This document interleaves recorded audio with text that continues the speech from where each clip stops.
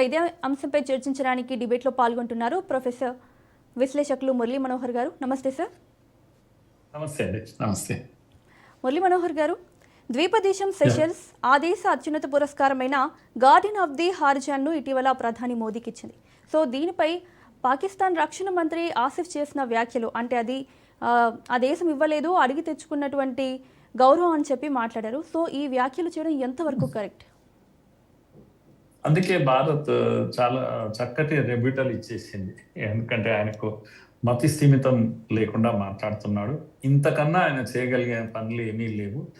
కనుక ఆయన కాలక్షేపం కోసం ఇలాంటివన్నీ మాట్లాడుతున్నాడు. ఇలాంటి వాడు రక్షణ మంత్రిగా ఉన్నప్పుడే అర్థమైపోయింది పాకిస్తాన్ పరిస్థితి ఇంత దీనంగా ఎందుకు ఉంది అని, రక్షణ వ్యవహారంలో పిఓకేలో ఇంత గందరగోళం ఎందుకు ఉంది అని, లేకపోతే బలూచిస్తాన్లో పరిస్థితి అలా ఎందుకు ఉంది అని ప్రపంచమంతా నిబ్బెరపోతుంది. ఎందుకు ఉంది అంటే ఇలాంటి వ్యక్తి రక్షణ మంత్రిగా ఉన్నప్పుడు చేయగలిగింది ఏముంటుంది పాకిస్తాన్? పాపం తన దేశంలో ఇంటర్నల్గా ఉన్నటువంటి అనేక సమస్యలు ఉన్నాయి.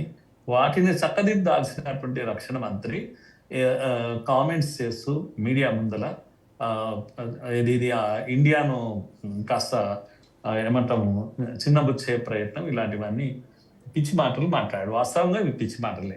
ఇప్పుడు అవార్డు ఏదైతే ఇచ్చిండ్రో ఆయన ఒక 2-3 మాటలు అన్నాడు.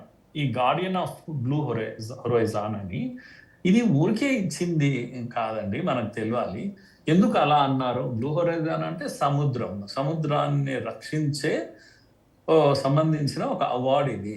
కనుక ఇది మహాసాగరం అనే కాన్సెప్ట్ను మోడీ గారు మూవ్ చేశారు. ముఖ్యంగా ఈ హిందూ మహాసముద్రము, తర్వాత పసిఫిక్ మహాసముద్రం, ఈ ప్రాంతాల్లో మనకు చాలా సమస్యలు ఉన్నాయి.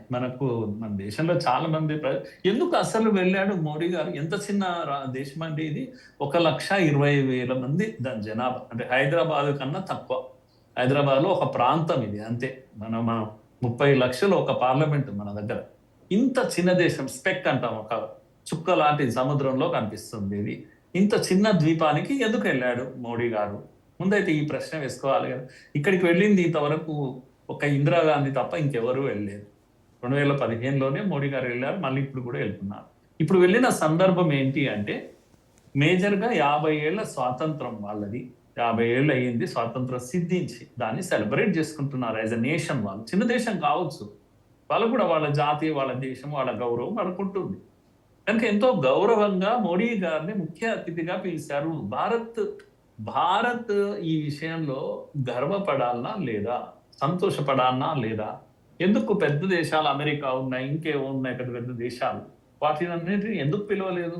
ఎందుకు మనతో ఉన్న సంబంధం ఏంటి అంటే, మోడీ గారు ఒక ప్రత్యేకమైన దీంట్లో వాళ్ళతో సంబంధాలు పెట్టుకుంటున్నాడు. ముఖ్యంగా మనం కనుక చూసినట్టయితే ఈ యొక్క ద్వీపం పక్కల డెగో గార్షియా అనే ఒక ఐలాండ్ ఉంటుంది. అక్కడ అమెరికా స్థావరం ఉంది.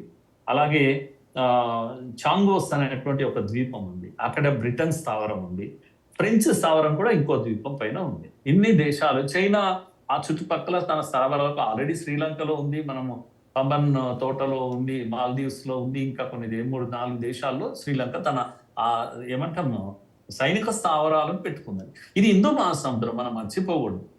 మన సముద్రం, మన ఒక దేశం పేరును ఇంకో సముద్రం లేదు ఎక్కడ కూడా. ఇలాంటి ఒక ఏమంటాం దీన్ని క్రిటికల్ ప్లేస్ అని, కీలకమైనటువంటి వ్యూహాత్మకంగా మన రక్షణ కోసం కానీ ఆ చిన్న దేశాలన్నిటి యొక్క రక్షణ కోసం ఆయన ఈ మహాసాగర్ కాన్సెప్ట్ అనే ఒక ఇది చేశారు. ఆ దేశాల యొక్క సెక్యూరిటీ కోసం ఈ పనులన్నీ వారు చేశారు. అక్కడ ఒక హర్ముజ్ జలసంధి లాంటిదే, హార్న్ ఆఫ్ ఆఫ్రికా అని ఒక సంధి ఉంటుంది, జలసంధి ఉంటుంది. అక్కడ సరుకు రవాణా జరుగుతూ ఉంటుంది. అది చాలా చాలా క్లిష్టమైన ఏరియా, మనకు దాని మీద కంట్రోల్ ఉండాలి. అలాగే మనకు తెలుసు సోమాలియా, ఈ సముద్ర దొంగలు బాగా ఉండేది సోమాలియాలో. కనుక సోమాలియా ఎవరి నియంత్రణలో ఉంటుంది? సో అలాగే గల్ఫ్ ఆఫ్ ఓమన్ ఏదైతే ఉందో అది కూడా చాలా దగ్గరగా ఉంటుంది. ఇన్ని కీలకమైన ప్లేసెస్, ముఖద్వారం ఇది. అక్కడ మనం వెళ్ళడం వల్ల మనకు ఉండే ప్రయోజనాలు చాలా ఉన్నాయి.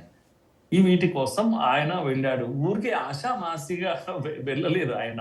కానీ వీళ్ళు మాట్లాడుతున్న తీరు ఎలా ఉంది అంటే చాలా అక్కసుతో కూడుకున్నది. అందుకే ఎవరో అన్నారు, మన విదేశాంగ మంత్రి అనుకుంటాను, దేశం తో మాట్లాడుతున్నారు వీళ్ళు. ఎందుకంటే వీళ్ళకు ఆ ద్వేషం అనేది పాకిస్తాన్ పెట్టింది పేరు. అందరిపైన అలా ఏడుస్తూ ఉంటారు. అసూయ ఎక్కడ ఉంటే ద్వేషం అక్కడ ఉంటది. అందుకే పాకిస్తాన్ పట్టించుకోవాల్సిన పని లేదు. చాలా చిన్న దేశం కష్టాల్లో ఉంది అనే చులకన భావంగా వారు కూడా చెప్పేశారు. అయితే దీంట్లో ఒకటి 2 విషయాలు ఆయన చేసిన ఆరోపణ అనేక యూట్యూబర్స్ కొందరు ముఖ్యంగా భారత్ వ్యతిరేక, మోడీ వ్యతిరేక వాళ్ళందరూ కూడా దీన్ని తీసుకొని ఇక మాట్లాడుతా ఉన్నారు. నాకు ఆశ్చర్యం అనిపిస్తది. ఈ విషయాన్ని మాట్లాడుతూ ఉంటే. మోడీ గారు ఎందుకెళ్లారు? ఎవరు చెప్పారు? ఏ సందర్భంలో వెళ్లారు? ఎన్ని సెక్యూరిటీ మ్యాటర్స్ కొరకు వెళ్లారు? ఇది ఎవరు చెప్పరు. కానీ అవార్డు అదేంటి ఇప్పుడు మోడీ కొరకే ఎస్టాబ్లిష్ చేశారు అని కనుక ఇది కేవలం మోడీని రప్పించడానికి అన్నట్టుగా ఆయన మాట్లాడాడు పాకిస్తాన్ రక్షణ మంత్రి.